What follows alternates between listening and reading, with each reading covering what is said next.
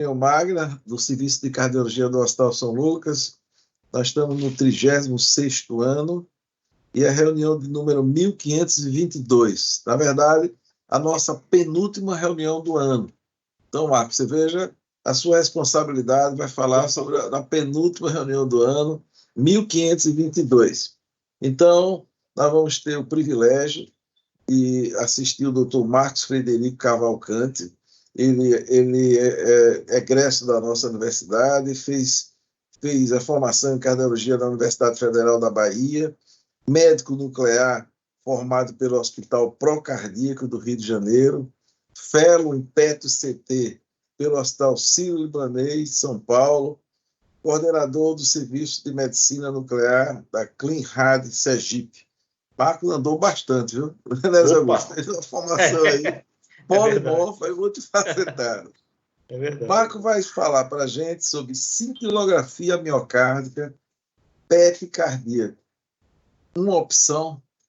E aí, Marcos? A tela aí toda sua.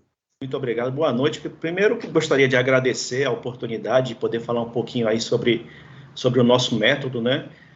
Esse tema que não é sobre arritmia, mas é um tema palpitante, porque fala sobre o nosso dia a dia, né? Nós que somos cardiologistas clínicos e que trabalhamos em urgência, né? Do paciente que chega no serviço de emergência, no departamento de emergência com dor torácica, né? E que a gente precisa estratificar esse paciente, né? Dar um destino a esse paciente, né? E o método, né? A cintilografia miocárdica, né? É um método que já vem aí, já foi consagrado pela literatura mundial, né? E agora o PET cardíaco, né? Que é mais recente, né? Tem demonstrado aí ser uma ferramenta também ferramenta importante que agrega, né, algumas situações que podem estratificar ainda mais esses pacientes, né? Então, para começar, eu gostaria só de começar com um caso clínico, para a gente poder aquecer os motores, né? Então, uma paciente de 70 anos, uma paciente feminina, né? E com uma dor precordial tipo queimação, chega na unidade de dor torácica, na emergência cardiológica, e uma intensidade moderada, né? 6 em 10, né? Com início a mais ou menos 3 horas da admissão. Né? Ela tem antecedentes, né, de hipertensão, diabetes tipo 2, e já tinha feito tratamento para úlcera péptica, né? Em casa, né, em uso contínuo, fazia uso de metformina, losartana e esomeprazol. Esse é o eletro da admissão da paciente, né? Então, vejam, senhores, que ela demonstra no eletrocardiograma um infradesnivelamento do segmento ST na parede inferior, né, D2, D3, AVF, e também na parede anterolateral, V3, V4, V5, V6. Um infradesnivelamento aí em torno de 1 milímetro, mais ou menos, e como ela tinha essa alteração eletrocardiográfica, ela foi internada em unidade torácica e foi solicitada a curva enzimática, ECGs seriados, né, e foi começado o tratamento padrão para paciente, com uso de heparina, clopidogrel, enfim, o tratamento padrão para síndrome coronariana aguda. Esse eletro, ele foi feito 6 horas após, a paciente já estava sem dor, né, e percebam que o infra diminuiu um pouco, né, apesar de ainda apresentar-se um pouco na parede, principalmente na parede anterolateral, e as troponinas foram negativas, né. Nesse caso, ela foi classificada como risco intermediário, né? Foram feitos os padrões, né? Os scores de padrão. O time RISC dela foi classificado em 4, que é moderado, e o hard score de 6, também considerado como moderado. Nesse caso, como a paciente foi classificada com um risco intermediário, foi então programado um teste funcional para estratificar ainda mais essa paciente e até deliberar sobre a alta da mesma, né? Então, foi programado um teste funcional, que foi o SPECT. Então, aqui a gente tem o resultado do SPECT. Percebam os senhores, né, que a paciente apresenta uma hipocaptação importante, né, na parede inferior, na parede inferolateral, na parede inferoseptal, Inclusive, vocês percebem a presença que a gente chama de TID, né, que é a dilatação isquêmica transitória. Quando a cavidade ventricular ela aumenta no esforço em relação ao repouso, e que é um sinal de gravidade, né? Então, essa paciente foi classificada como uma paciente de alto risco, após o exame funcional, foi encaminhada para a CAT, né? No cateterismo, ela tinha lesões graves na circunflexa e na coronária direita, tinha uma lesão intermediária na DA, e assim foi feita a angioplastia com implante de stent nos 2 vasos, e na DA não foi mexida, só foi mexida a coronária direita e a circunflexa, mostrando aí, entendeu, o papel que a cintilografia tem, né, nesse tipo de paciente com risco intermediário, e que mostra, né, imagine se essa paciente, ela recebe alta e vai para casa, né?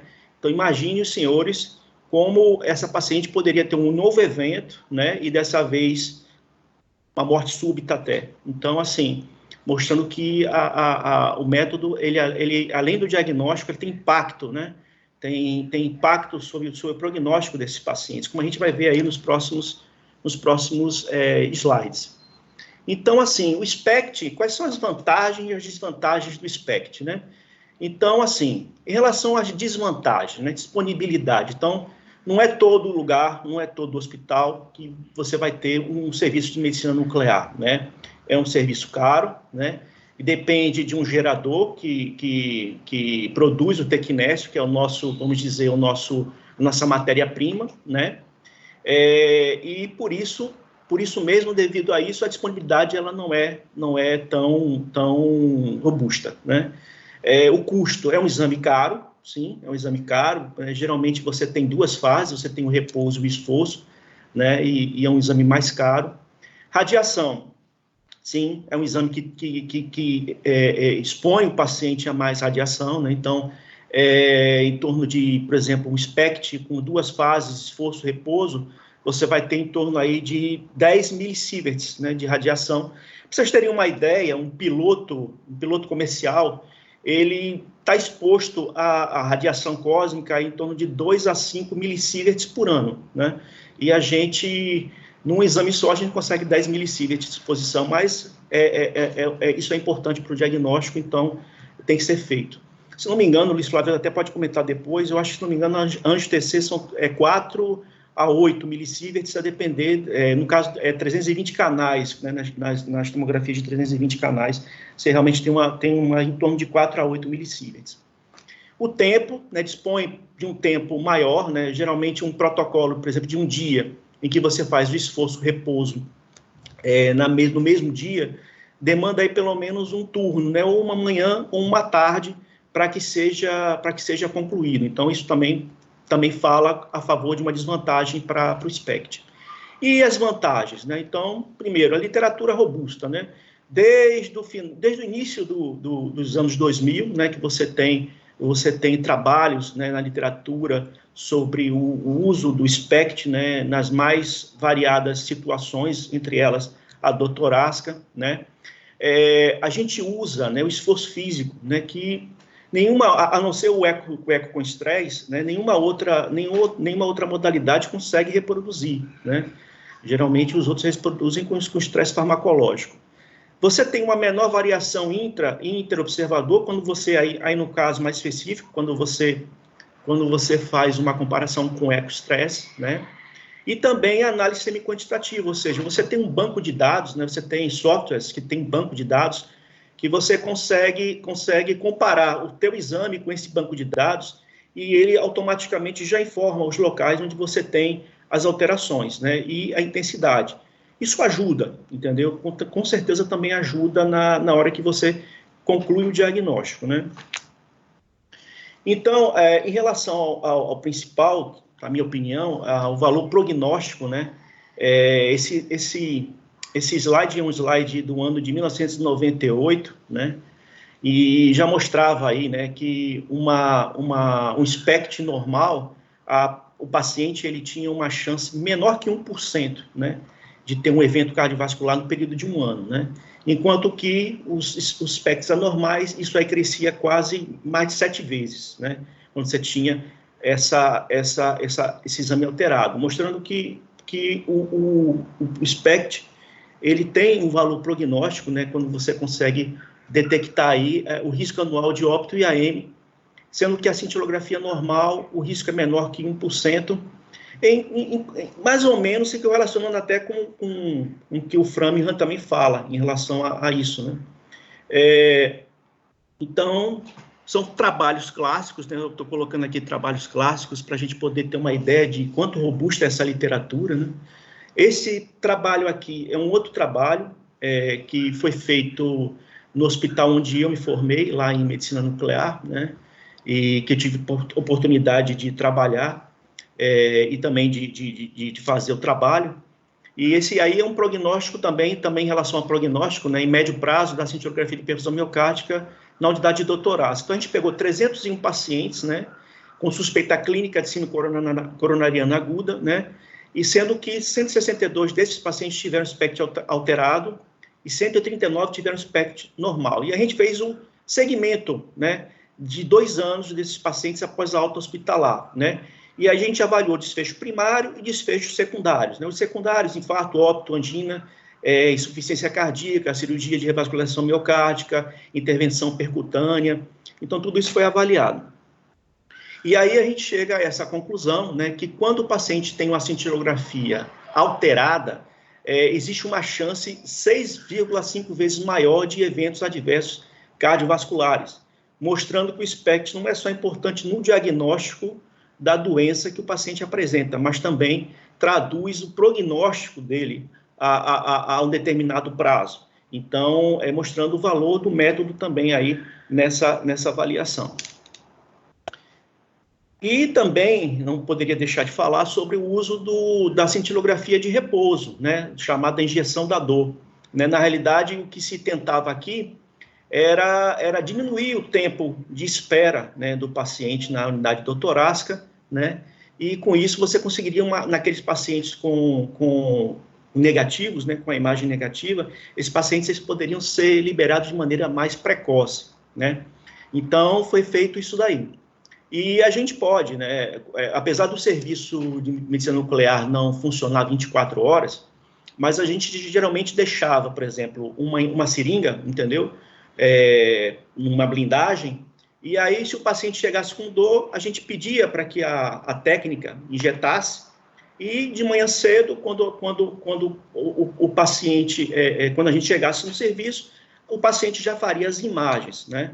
Então, foram 108 pacientes admitidos na unidade doutorácica, né? Foi feito, então, a fase de repouso do SPECT, né? Isso aí era limitado até 4 horas, né, da imagem, né, a término da dor, né, teria que ser paciente, no máximo, até que tenha terminado a dor até 4 horas, e também eram feitas a coleta das troponinas em 0 e 6 horas. E o que se mostrou? Que dos 61 que tiveram a imagem alterada, 6 tiveram elevação de troponina, e dos 47, apenas 1, mostrando, então, o valor preditivo negativo alto do exame, né? 98% praticamente, que mostra que paciente com injeção na dor, né, paciente que tem dor torácica, que faz a injeção na dor, que faz a cintilografia de repouso, esse paciente ele pode, de certa maneira, ter uma alta segurança para que você consiga liberar esse paciente de maneira mais precoce, fazendo somente a fase do repouso. E aqui a gente tem uma imagem de um exame, né, de um paciente com injeção na dor, mostrando aí o alto grau de isquemia, né, vários segmentos com alterações isquêmicas, né, mostrando aí também que a injeção na dor também é um arsenal, aí, é uma ferramenta que pode ser utilizado aí para avaliação desses pacientes que chegam na unidade doutorácica, né. E aí chegaram os anos agora de 2010, mais ou menos, 2011, e aí se começou a dar ênfase ao PET-CT, né. O PET-CT, ele é um aparelho mais caro, né? E também a disponibilidade, ela é mais complicada ainda do que o SPECT, porque os fármacos, né, os radiofármacos, eles têm uma meia-vida muito curta. Então, para vocês terem uma ideia, o FDG, ele tem uma meia-vida em torno de 110 minutos, né? O flúor, 18. Então, vamos dizer, a cada 2 horas, mais ou menos, ele cai pela metade da atividade dele. Então, se o paciente não for injetado com 2, no máximo 2 horas, você não consegue mais ter nenhuma atividade ali, naquela seringa.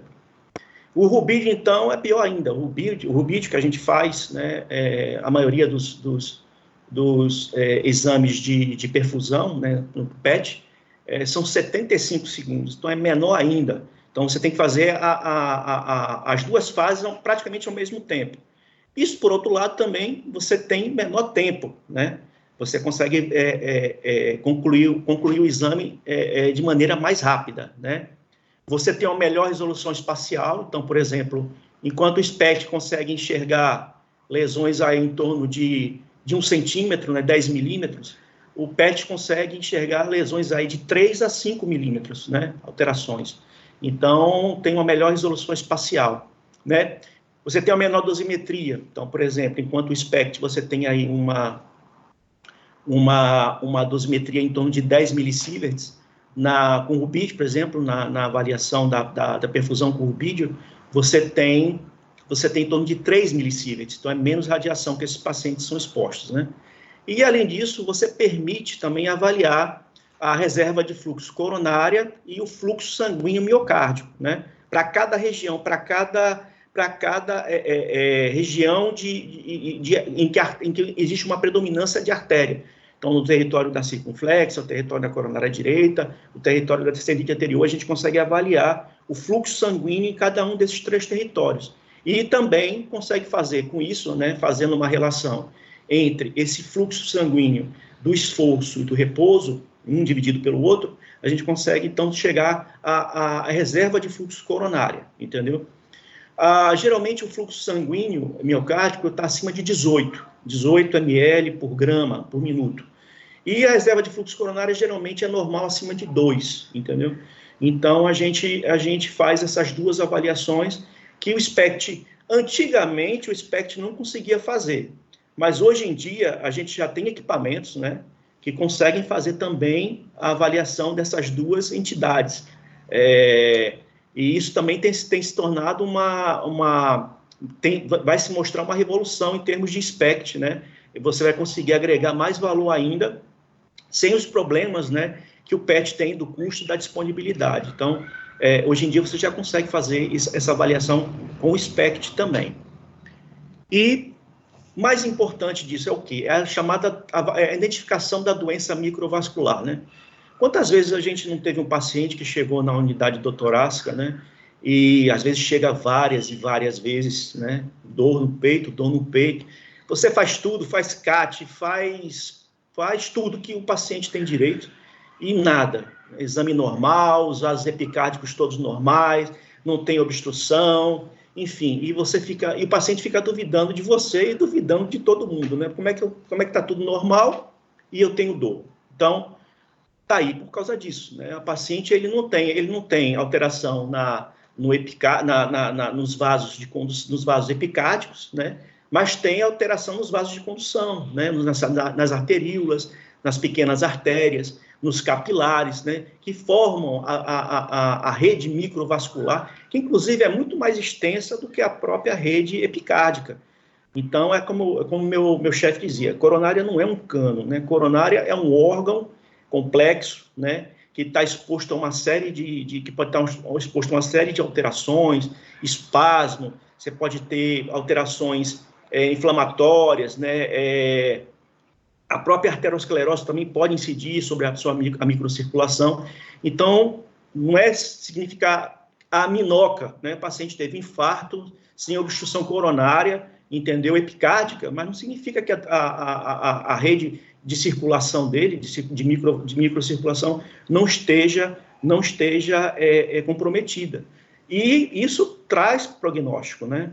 Então, a gente sabe que 2/3 dos pacientes que têm angina recorrente e DAC não obstrutiva têm doença de microcirculação, doença microvascular, né?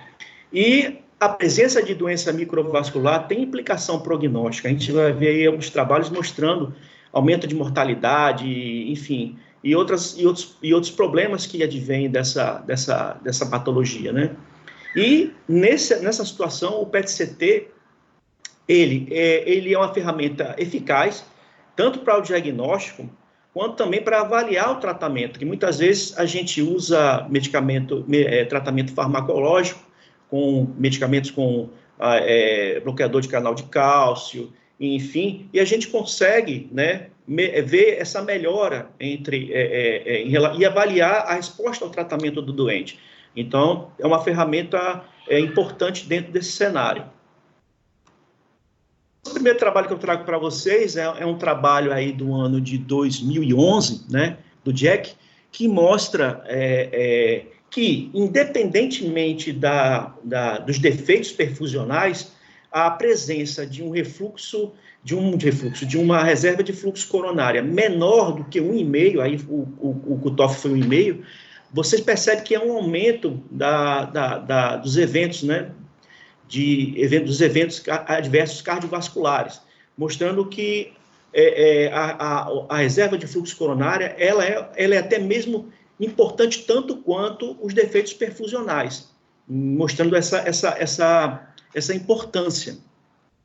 Então, foram 704 pacientes, né, com suspeita de DAC, né, que se submeteram a esse exame e foi feito um segmento de 1 ano. E, a partir daí, se chegou a essa conclusão, né, esses dados, né, mostrando que a reserva de fluxo coronário ela é um preditor importante também, tanto quanto os defeitos perfusionais. Nesse outro trabalho aqui, foi um trabalho que já um pouquinho mais recente, de 2018, e mostrava a associação da doença microvascular com o risco, né, de IC com fração de ejeção preservada, né? Então, foram 201 pacientes, esses pacientes eram suspeitos de DAC, foram feitos exames, a DAC obstrutiva foi descartada, e a partir daí eles fizeram PET, fizeram dosagem de troponina, fizeram eco transtorácico para avaliação da função diastólica, avaliação da onda E', enfim, fizeram a relação para avaliar o grau de disfunção, e foi feito um segmento de 4,5 anos aí, e que o desfecho principal era morte cardiovascular ou hospitalização por infarto e insuficiência cardíaca, né? E o que se mostrou foi que a piora na reserva coronariana esteve associada a maior incidência de disfunção diastólica e hospitalização por insuficiência cardíaca de fração de ejeção preservada 5 vezes maior quando as duas condições estavam presentes, mostrando que também tem impacto no prognóstico a mensura, né, a mensuração da reserva de fluxo coronário. Aqui a gente tem as curvas, né, mostrando aí as curvas que houve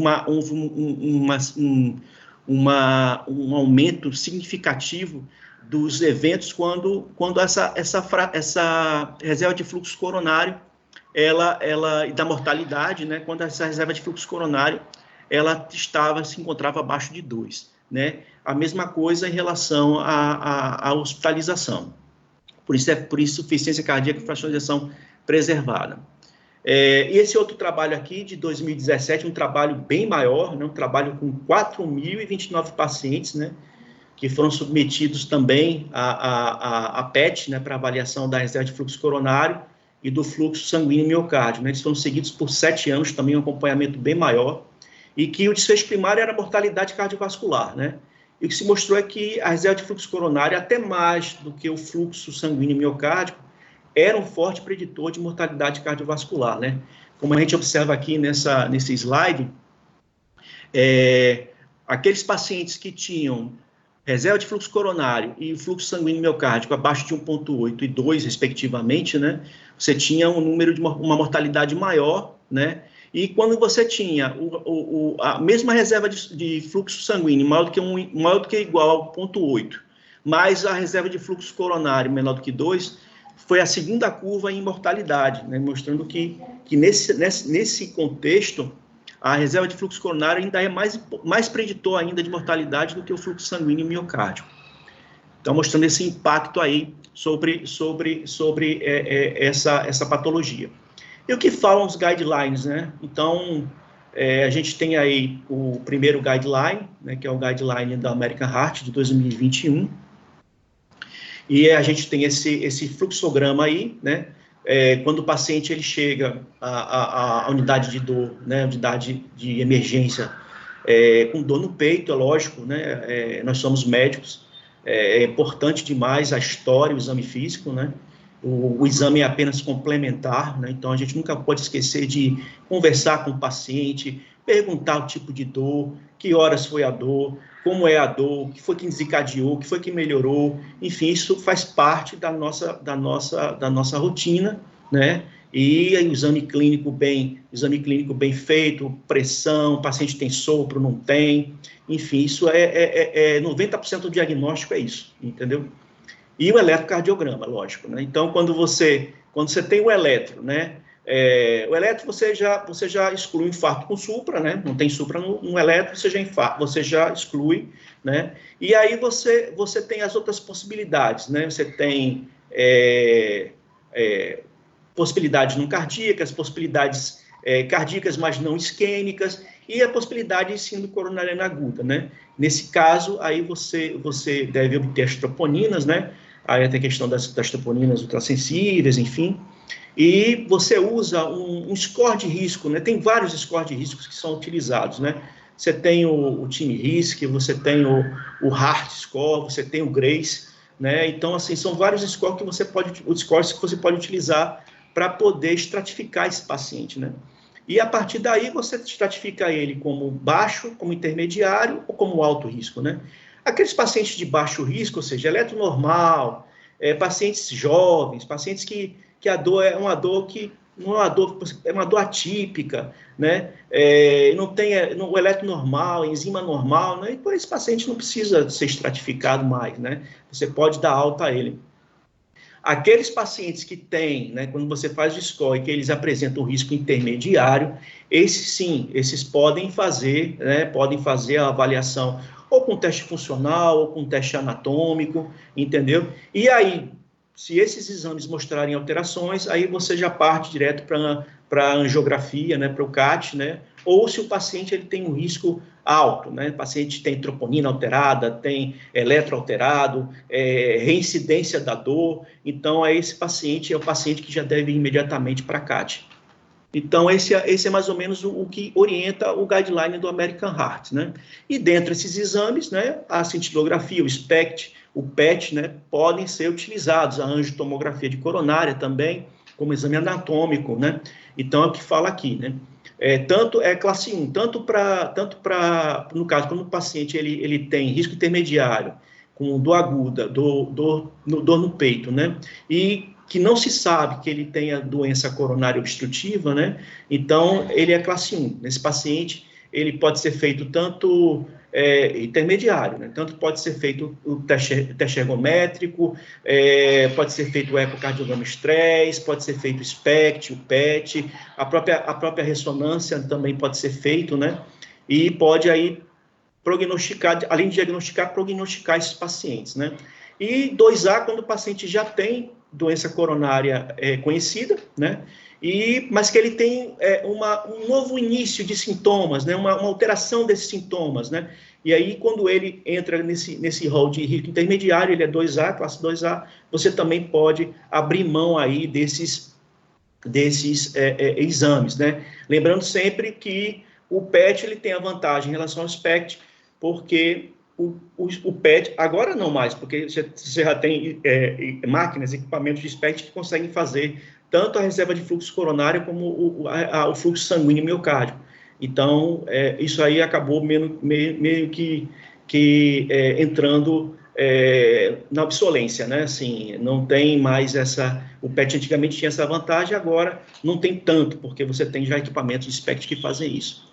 E agora no guideline de 2023, né, da Sociedade Europeia, né, mostra aí que esses pacientes, né, inclusive, eu vou até fazer uma polêmica, porque aquela paciente do início, né, se tivesse sido utilizado o guideline do ESC, provavelmente essa paciente já deveria ter ido para a CAT, porque justamente o que eles falam, né, pacientes com suspeita de síndrome coronariana aguda, sem alterações no eletro, que devem ir para testes, né? Então, no caso, como ela tinha alteração no eletro, talvez pudesse já ser, já teria, talvez, utilizando o guideline da ESC, já teria já indicação de ir direto para a CAT, né? Deixo aí para a gente depois discutir no final isso daí. Mas, se você não tem, pelo guideline, se você não tem biomarcadores alterados, não tem alterações no eletrocardiograma e nem recorrência de dor, né? Então você pode usar tanto a angiotomografia como exames de imagem, né? Testes funcionais para que você possa ter a estratificação desse doente, né? E dentre esses exames, eles tocam aí na possibilidade do SPECT, né? Sendo que em relação ao que a ESC fala, é que deve-se dar preferência ao ecostress e ao SPECT do que ao teste ergométrico, por causa da questão da acurácia diagnóstica, do valor prognóstico, né? Isso já tinha sido falado, isso lá atrás, em 2007, né? Porque o SPECT, em relação ao teste ergométrico, ele consegue estratificar mais esses doentes, né? Então, por exemplo, quando você tem um pré-teste, né, um teste ergométrico, um paciente em risco intermediário, aí, em torno de 102 pacientes, ele só consegue mais ou menos estratificar para baixo risco, só praticamente metade, né?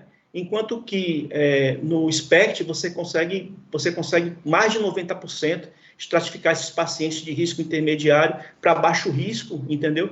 E com isso você consegue ter um valor prognóstico melhor para esses pacientes aí. Então, só esses take-home messages, né? Esses lembretes, né? Que a gente pode utilizar, né? Então, em relação a esse cenário, né, do paciente que chega, né, na unidade de emergência com dor torácica, né, pacientes com risco intermediário podem ser estratificados não invasivamente, né, então podem sim. E aí vem a grande pergunta, teste anatômico, teste funcional, que é melhor? Na minha opinião, nenhum teste é melhor do que o outro, cada um deve ser indicado da melhor maneira, primeiro, o que tiver, né, porque tem muitos hospitais que nem tem todo esse arsenal de ferramentas, né? Então, é o que tem, às vezes. Mas, tendo, entendeu? Aí você pode, por exemplo, talvez o teste anatômico seja melhor para pacientes mais jovens, pacientes abaixo de 65 anos, né? A angiotomografia seria melhor. O SPECT talvez fosse melhor para pacientes acima de 65 anos, pacientes mais idosos, com mais placa de cálcio, né, com mais arteriosclerose. O PET talvez fosse melhor para pacientes obesos, pacientes do sexo feminino, por causa da questão da doença microvascular. Então, assim, na minha opinião, não existe um teste melhor do que o outro, existem testes que se complementam e que podem ser utilizados para determinado tipo de paciente, né?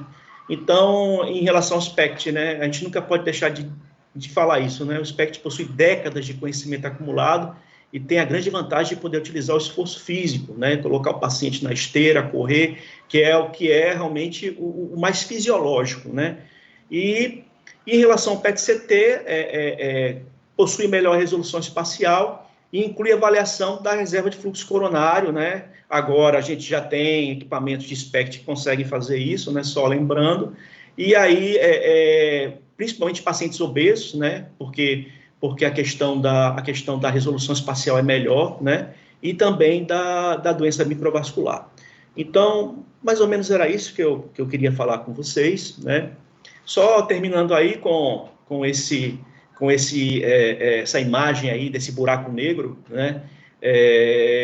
Que, assim, lembra aí uma rosquinha, como eu falo, né? Uma rosquinha da cintilografia miocárdica aí, da nossa imagem, e mostrando que Deus realmente tem razão aí nas coisas. Então, lembrem dessa imagem aí, tá certo?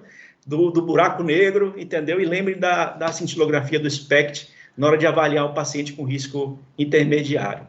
Bom, pessoal, era isso. Agradeço aí a atenção de vocês e fico à disposição aí para a gente discutir aí essas questões aí, ok? Perfeito, Marcos. Parabéns aí pela exposição, pela aula didática aqui que você nos mostrou, essa metodologia que é muito interessante. E interessante, viu, Augusto? Enquanto ele estava apresentando aí, eu peguei aqui, fui buscar um artigo da minha tese, né, que nós usamos a cintilografia, né, do miocárdio em pacientes que a gente trabalhou com doentes Chagas com forma indeterminada, digestiva e cardíaca crônica. E nós vimos, naquela época, que pacientes com forma indeterminada de doença de Chagas já apresentavam alteração do ventrículo direito. Então, esse material nosso foi feito, quer dizer assim, a aquisição de imagem foi feita com um indivíduo chamado Paulo Mazzulo, da Universidade de Pisa, lá na Itália, e foi apresentado em alguns congressos europeus e publicado no Canadian Heart Journal, Canadian Journal of Cardiology.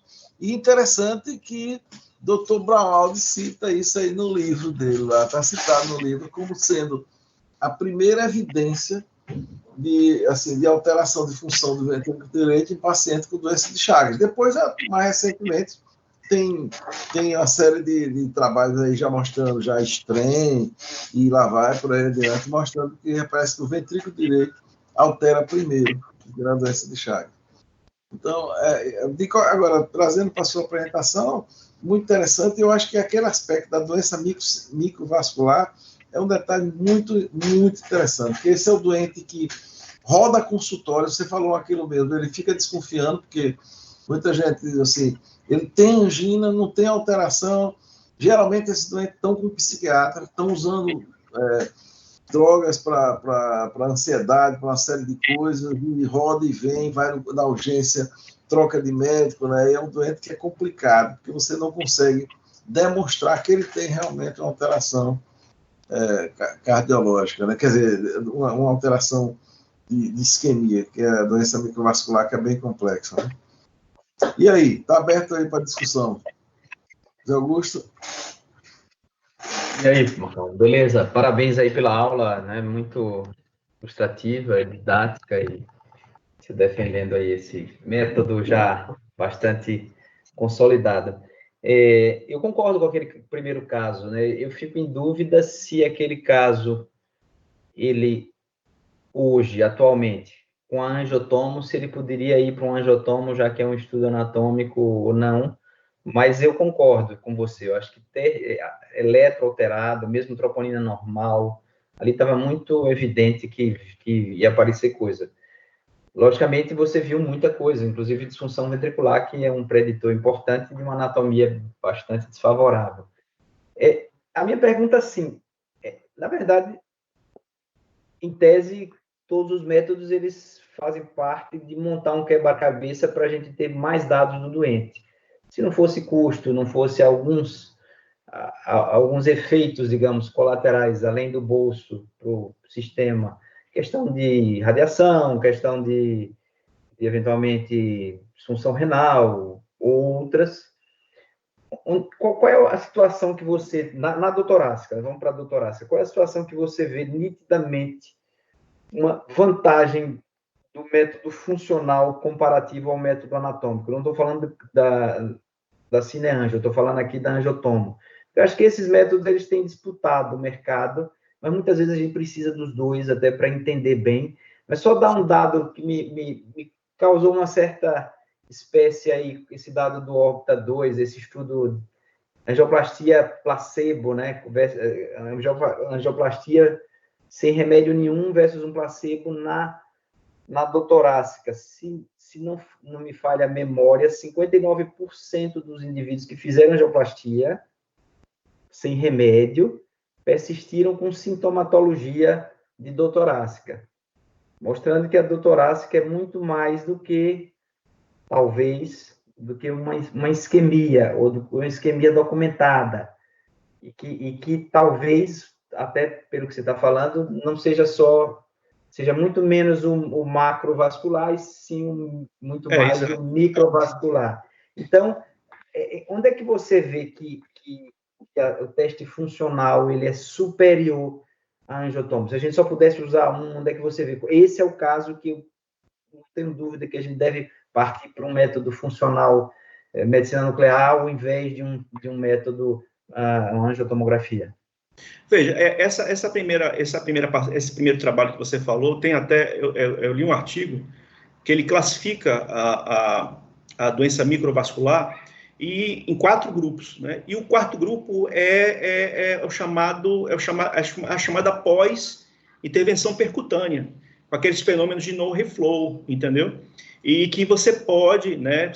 Depois da angioplastia, você ter comprometimento por embolia distal, de trombo, enfim, pós angioplastia. Você pode ter o comprometimento da circulação, da microcirculação. E com isso, quer dizer, o paciente ele está tratado da lesão epicárdica, mas ele não está tratado da alteração da microcirculação, que aí, por isso ele vai continuar tendo angina, né? Em relação à sua outra pergunta, assim, a minha opinião pessoal eu acho que, por exemplo, pacientes muito idosos, pacientes acima de 65 anos, 70, 75 anos, que tem muita placa, entendeu? Muita carga de arteriosclerose. Às vezes é difícil, eu não sei o que o Luiz pode falar, mas assim, é difícil às vezes você conseguir determinar o grau de estenose, enfim. E aí, nessas situações, eu acho que o teste funcional ele pode ter uma implicação maior, pode ter um destaque maior do que o teste anatômico. Eu acho que o teste anatômico, ele por exemplo, para pacientes jovens, né, pacientes 50 anos, 55, com pouca carga de doença arteriosclerótica, troponina normal, né? Fez troponina ultrassensível, troponina normal. Vai direto para a angiotomografia, fez a angiotomografia, tomografia normal, o cara sai, acho que em 1 hora, 2 horas no máximo, o cara está em casa, entendeu? Mas já o paciente mais idoso, não. O paciente mais idoso, às vezes, pode ficar sempre aquela dúvida, essa lesão ela é significativa, não é significativa, né? Às vezes ele tem múltiplas lesões, né? Doenças em vários vasos. E qual é a doença, qual é o vaso culpado, né? Então, aí, nessa hora, acredito que o teste funcional ele vai ajudar, né? Como essa paciente, por exemplo, ela tinha lesão nos 3 vasos, ela era uma triarterial, só que a lesão da DA era uma lesão intermediária. Mas, assim, mostrou que realmente a isquemia era no território da coronária direita e da circunflexa. E aí foram tratados os 2 vasos implicados no problema. Então, nessa situação, eu acho que o teste funcional ele é mais, vamos dizer, importante, assim, até do que... Não digo mais importante, mas ele complementaria mais do que o próprio teste anatômico, entendeu? Beleza. Perfeito. Perfeita. Luiz Flávio. Luiz, aí vai... O contraponto aí, Luiz. Opa! Parabéns, Marco, pela aula aí. Gostei. Contraponto não, eu concordo, né, nesses casos, realmente. E eu ainda digo mais, né, paciente pouco colaborativo, né? Não é assim, se você está na urgência, você vê que o paciente, por exemplo, ele não entende direito, ele não prende a respiração, nem adianta, porque a tomografia, como eu falei, né, é um exame que foi feito para não dar certo, né? Porque ela tem que fotografar um órgão que está batendo, né? Então você tem que, né, você tem que ter o ritmo sinusal, frequência boa, tem que ser um paciente colaborativo, né? Então, assim, tem uns casos realmente extremos que a gente acaba até abortando, né? E aí acaba internando, acaba fazendo... No São Lucas a gente não tem citolografia, né? Então acaba indo para ou ecostresse ou a ressonância. Então, assim, eu até converso com os clínicos. Veja bem, porque às vezes até pelo telefone a gente aborta. Então, realmente tem casos que não tem jeito. A angiotomo ela é muito boa para aqueles pacientes colaborativos, mas tem os casos que realmente não dá. Uma dúvida que eu ia te perguntar, Marco. Sim. Eu tenho um trabalho recente com... Não é nem tão recente, acho que é 2018, se eu não me engano. É o Beacon Trial. É um trabalho holandês com angiotomo, que ele mostrou assim na era da ultrassensível, porque na era da troponina convencional, né, tinha muitos pacientes com angina instável, às vezes um angina instável crítico que não era o suficiente para alterar a troponina. Com a ultrassensível, assim, realmente, como o nome fala, a sensibilidade é altíssima. Então, tem gente que preconiza até que você não deve fazer nem angiotomo, nem nenhuma prova de estresse se a troponina for negativa. Tem um trabalho realmente de 2016 que ele refutou um grande dado da angiotomo, que era a capacidade de você liberar rapidamente da urgência ou diminuir o tempo de internação. Então, quando o clínico ele pegava pacientes com troponina negativa, ou se não me engano, acho que ele usou até 3 percentis da troponina, Quando ele pegava e tinha uma conduta mais agressiva de mandar para casa ou internar os casos que ele julgava, quando você o mandou para angiotomo, você aumentou o tempo de internação. Ou pelo menos foi igual, se não me engano. Eu acho que ele não mudou o tempo de internação.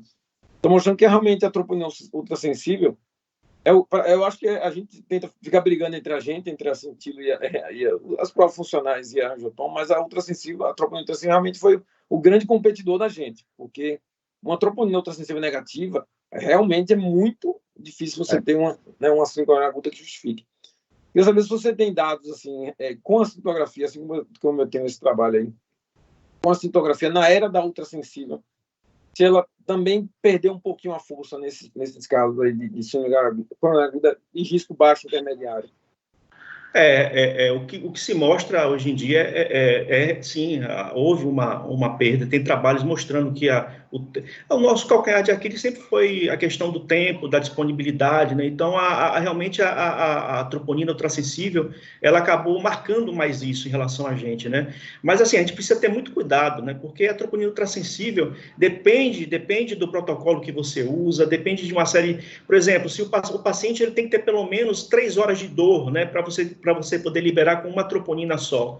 Então, assim, tem que ter cuidado quando você faz isso, entendeu? Para você não estar liberando uma bomba para casa, entendeu? Então, assim, realmente, eu concordo com você, eu acho que houve uma diminuição do pedido desses exames, né? Porque os próprios guidelines, eles tornaram esses exames mais restritivos em relação a esse cenário, né? Mas, assim, a gente precisa ter muito cuidado, entendeu? A clínica você tem que ter sempre... A troponina a troponina veio negativo, mas a dor do paciente é uma dor meio esquisita, entendeu? Uma dor meio complicada. Vamos esperar aqui, vamos colher mais uma daqui a 3 horas, enfim, para poder ter uma ideia. Porque, assim, eu fico, às vezes, preocupado, entendeu? Porque pode acontecer, entendeu? De você estar liberando o paciente com a troponina negativa, o paciente com síndrome coronariana aguda, mesmo a troponina ultrassensível. Então, tem que ter cuidado nisso, tem que ter tem que sempre usar o bom senso e a clínica, né? Acho por isso que eu digo, a clínica ela é soberana. A dor é uma dor típica, é uma dor que você sabe que é uma dor tipo anginosa. Meu amigo, troponina ultrassensível negativa, o paciente vai ficar, entendeu? E a gente vai ver. Beleza. Perfeito. Concordo, realmente é muito complicado e assim, eu acho que a gente está começando a pegar troponinas alteradas, que na verdade às vezes não é nada. Então eu acho que, né, mesmo a troponina alterada, a gente vai acabar precisando dos métodos. Né? Sim, paciente com insuficiência renal crônica, ele já tem uma troponina de base aumentada, né? Então, então assim, então tudo tem que ser avaliado na anamnese, né? Tudo tem que ser, enfim, para que a troponina é mais uma ferramenta, mas não pode ser definitiva, né? Você tem que usar todo o arsenal, toda a avaliação diagnóstica para você realmente ter esse paciente com segurança, né? Eu acho que tem que ter mais dados na literatura também. Foi um trabalho também, mas tem que ter mais dados para embasar isso aí. Eu acho que é uma coisa nova ainda. Perfeito.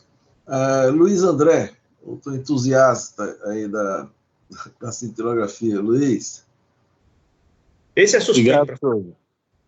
Sou mesmo. Sou suspeito para falar porque trabalho com o método há muitos anos, por influência do meu amigo Marcos, e não poderia perder a aula dele hoje de jeito nenhum, que ele é o cara da cintilografia aqui nosso estado.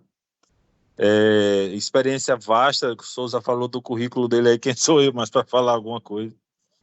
Mas eu queria comentar uma coisa que Zé Augusto falou, parabenizar primeiro o Marcos pela aula, muito boa, como sempre conhecedor do método e tudo que envolve.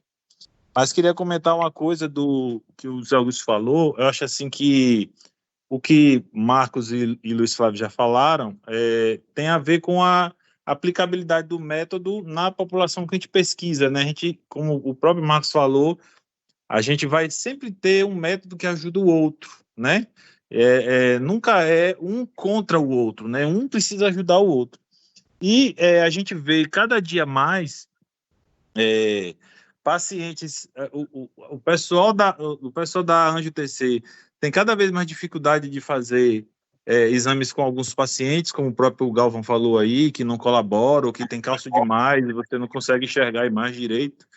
E a gente tem cada vez mais paciente frágil, né? Paciente que não consegue entrar na máquina ou fazer um esforço. E a cintilografia ainda é hoje o exame que mais consegue, na literatura, mostrar sua aplicabilidade para a detecção de isquemia. A angio-TC sempre vai ser o método da aterosclerose. Você quer detectar aterosclerose, você quer ver extensão de doença, é a angio-TC. Mas a cintilografia sempre vai ser o método para justificar o sintoma. Aquele paciente que tem uma dor atípica, mas que tem muito fator de risco. Então, o paciente que tem dor típica e que não tem muito fator de risco, e você quer reforçar o diagnóstico, você já acha que aquilo ali, eu acho que o melhor exame é a cintilografia, porque além de poder reproduzir o sintoma com um esforço físico, que a gente hoje consegue adaptar muito bem com os protocolos atuais de ergometria nas esteiras que a gente usa, a gente consegue fazer os testes farmacológicos também, e a gente consegue localizar a isquemia e não só localizar, mas dar o impacto dela em termos de quantidade de miocárdio afetado e de prognóstico, né? Porque aquela quantidade de miocárdio afetado sempre vai ser ligada ao prognóstico também. Então, assim, eu tenho fé muito nesse método, né? A gente tem cada dia mais pacientes com limitação, pacientes renais crônicos que não pode fazer, não pode usar contraste, pacientes muito idosos que têm dificuldades inerentes à sua fragilidade. Então, acredito que a gente ainda vai ter muita aplicabilidade da cintilografia. Não é uma tecnologia perdida, desperdiçada, que está em desuso. A gente vai cada vez mais poder utilizar ela numa fatia de população que vai se beneficiar sempre. Então, obrigado aí pela participação de todos. Um abraço. E só aproveitando a deixa do meu querido amigo, hoje em dia, com essa acredito que com essa, vamos dizer assim, essa nova fronteira que o SPECT está abrindo, né, com a avaliação também da reserva de fluxo coronário, da reserva de fluxo sanguíneo, né, acredito que isso vai incrementar muito a importância do método, né, porque a gente, coisas, por exemplo, que antes a cintilografia tinha, qualquer método tem os seus calcanhares de Aquiles, né, então, por exemplo, a questão da parede inferior no homem, a questão da parede anterior na mulher, os defeitos que podem advir de atenuação da mama ou daquela barriga, né, a barriga de Chope, né, então, assim, então isso vai ser minimizado, vai ser mitigado com a reserva de fluxo coronário, né, e fora a possibilidade que você tem de avaliar também a doença microvascular. Então, isso vai ser uma... A gente já mostrou aí vários trabalhos mostrando o prognóstico que isso tem, né, em termos de doença, de mortalidade cardiovascular, de eventos adversos. Então, isso vai ser vamos dizer assim, um crescimento, né, uma repaginação da cintilografia para o futuro aí, e a gente acredita que vai poder ajudar muito aí, principalmente esses pacientes que o Dr. Souza falou, que chegam na emergência, né, com dor, e nunca se descobre por que dessa dor, né? Então, acho que tem muito potencial ainda aí para o método para ser utilizado. Marcão, você pode comentar um pouco dos exames híbridos, pô? A gente fala bem pouco disso, né? Que hoje tem aparelho e mistura a tomografia com a cintilografia, não é isso? A gente usa, por exemplo, o SPECT-CT, né? A gente usa a tomografia porque a gente consegue, com a tomografia, diminuir, mitigar justamente essa questão da atenuação, né? Então, você consegue com o SPECT-CT, com a tomografia acoplado ao SPECT, você consegue, além de você diminuir essa possível atenuação, você consegue ter referência anatômica. Então, é realmente foi um diferencial conquistado pelo método, entendeu? E que ajudou bastante, né? Paciente com, por exemplo, com BRE, com bloqueio de ramo esquerdo, que às vezes você tem alteração perfusional, você consegue diminuir, mitigar isso com o SPECT-CT, enfim. Então, assim, são conquistas tecnológicas, né? O método vai evoluindo com o tempo, e agora, essa evolução agora acredito que vai trazer aí outros trabalhos, outras coisas que vão ser importantes aí para serem avaliados no futuro. Ô Marcos, fora que com o SPECT-CT você consegue avaliar os cólicos também, né? Sim, também. Você consegue avaliar. Principalmente naqueles casos que você, né, não acha lesão, mas que o cara tem uma aterosclerose. Perfeito, exatamente. E em relação à reserva de fluxo, você tem algum... Porque a ideia é usar no SPECT, né? Sim, existe já equipamento para isso. Sim. Isso aí é software, é o quê? É hardware? É um software. A gente usa o Tecnest, o mesmo radiofármaco. O que muda é o software, né, que consegue fazer ele consegue captar, né, a hiperemia, né, e aí você consegue fazer tanto a reserva. Primeiro ele calcula o fluxo sanguíneo, né, para cada território, e tanto no repouso quanto no esforço, e a partir daí, quando você tem esses dados, você consegue calcular a reserva de fluxo coronário. Você divide, né, o fluxo sanguíneo no estresse pelo repouso, e aí você chega à reserva de fluxo coronário, né? Então, isso é interessante também naqueles casos com isquemia balanceada, né, que a gente chama. Também, exatamente. Também. E a ressonância também tem esse problema, às vezes, inclusive com artefato da CRIM. Então, exatamente. Por exemplo, se você tem uma reserva de fluxo reduzida em todo o miocárdio, você pode considerar positivo, mesmo que você não veja o defeito. Eu acho isso bem interessante. Perfeito, exatamente isso aí.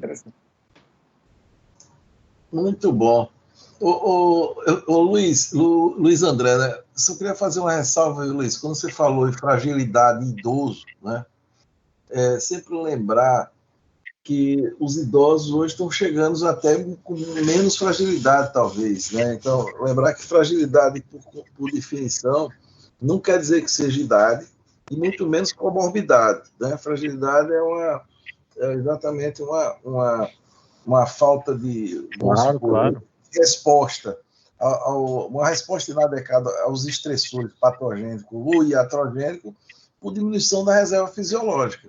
Então, eu estava vendo um levantamento recente, Luiz, que, por exemplo, entre idosos de 65 a 75 anos, a incidência de fragilidade é em torno de 3%. Quando você vai para 80 anos, chega a 25, 95 anos, chega a 40%. Então, eu acho que é uma coisa que tem que ser bem colocada, porque, por exemplo, isso se discute muito no que diz respeito à anticoagulação. Aí não vou anticoagular, não, porque o indivíduo é frágil. Né? E, eventualmente, investir em exames e assim por diante. Então, o conceito também acho que tem que ser bem estabelecido. E a gente está vendo cada vez mais nos consultórios. Um dia desse eu atendi 15 pacientes, só tinha um de 79.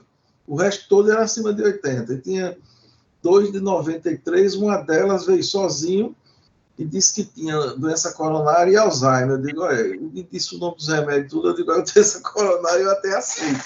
O Alzheimer, vamos discutir. Não aceito, não. Essa foi boa. Muito bem. Então, eu acho que, Marcos, você realmente cumpriu aqui com excelência o que você se propôs, né, de mostrar assim, essa metodologia, que eu acho que é um método fantástico, né? Logicamente, como você disse, assim, o grande empecilho dela exatamente está nessa questão, não digo tanto do custo, mas exatamente dessa disponibilidade, né? Por exemplo, você falando de procardíaco, eu tenho muito contato com o Evandro Tinoco, assim, com o Zé Augusto e tudo mais. O procardíaco fez muitas publicações nisso, porque parece que a medicina nuclear acoplada, vizinha à urgência, não era isso? Né? Dentro do hospital, do lado da urgência. Do lado da UCL. Então, quer dizer, isso aí, sem dúvida nenhuma, ajuda demais, né, nesse processo, entendeu? Então, mas é um método fantástico, né? Não tenha dúvida nenhuma, que, como você bem mostrou aí. E eu acho que detalhe também outro importante, que não deve ter competição de método, né? Os métodos são complementares, né? Todos eles complementares ao exame clínico, né? Esse sim é o mais importante, né? Esse é que é o fundamental, né? A gente está vivendo muito uma fase de medicina baseada em exames, mas, na verdade, o que a gente tem que ver é que o exame clínico e tudo mais continua sendo soberano, né? Ok? Então, Marcos, queria, assim, mais uma vez agradecer, né, a você, dizer que venha mais, né, não só você venha, assim, apresentar, né, mostrar seu expertise, como você fez agora muito bem, como também participar das nossas reuniões, né, Zé Augusto? Também Perfeito. contribuindo aí, porque eu acho que é interessante. E a gente, você vê, eu sempre digo, o dia que eu mais gosto da semana é terça, exatamente por causa dessas reuniões do Clube do Artigo, porque dificilmente você não aprende alguma coisa, é impossível, né? Você vê, hoje mesmo você mostrou muita coisa interessante, que às vezes, pelo fato de você não estar lidando muito com o método, passa desapercebido, né? E às vezes você deixa de usar o método por falta de conhecimento, né? Entendeu? Então, eu acho que é importantíssimo esse tipo de divulgação. Então, fantástico. Parabéns. Eu gostaria também de agradecer mais uma vez a presença de todos aqui e convidar para a nossa última reunião magna, que será na reunião magna do ano, né? Fechando aí o nosso 36º ano, viu, Marcos? De reuniões ali. Você vê que tem muita gente aqui que não tinha nem nascido, a gente já estava, nós já estávamos aí, a Zé Augusto aqui já estava firme nessa reunião magna aí, ok? Então, agradeço a todos, agradeço o convite, doutor Souza, professor querido também, e dizer que é à tua disposição e realmente pretendo sim ficar mais assíduo às reuniões, porque às vezes realmente por exemplo, a Clean Radio, o FDG, às vezes chega na terça-feira à noite a dose, entendeu? Às vezes eu estou vendo os pacientes lá, mas sempre que eu tiver disponibilidade eu vou estar presente sim, a promessa aí. Agradeço. Se tiver alguma coisa nova que queira nos brindar com a apresentação desse nível, esteja à vontade. É só falar com a gente. Agradeço mais uma vez. Ok, então, pessoal, boa noite. Um abraço a todos. Beleza, tchau.